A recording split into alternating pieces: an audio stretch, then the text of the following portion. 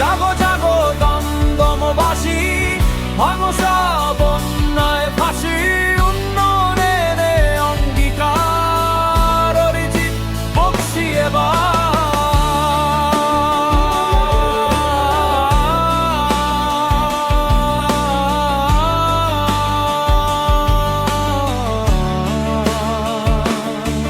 কত স্বপ্ন ভেঙে গেছে, কত আশা থেমে আছে, কত যুবক কাজের খুঁজে হতাশার পথেই হাঁটে।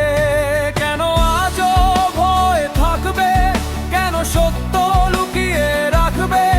সময় এসেছে দাঁড়াবার, অধিকার ফেরানোর, দুর্নীতি মুক্ত প্রশাসন চাই। অরিজিৎ বক্সীকে পাশে পাই, কর্মসংস্থান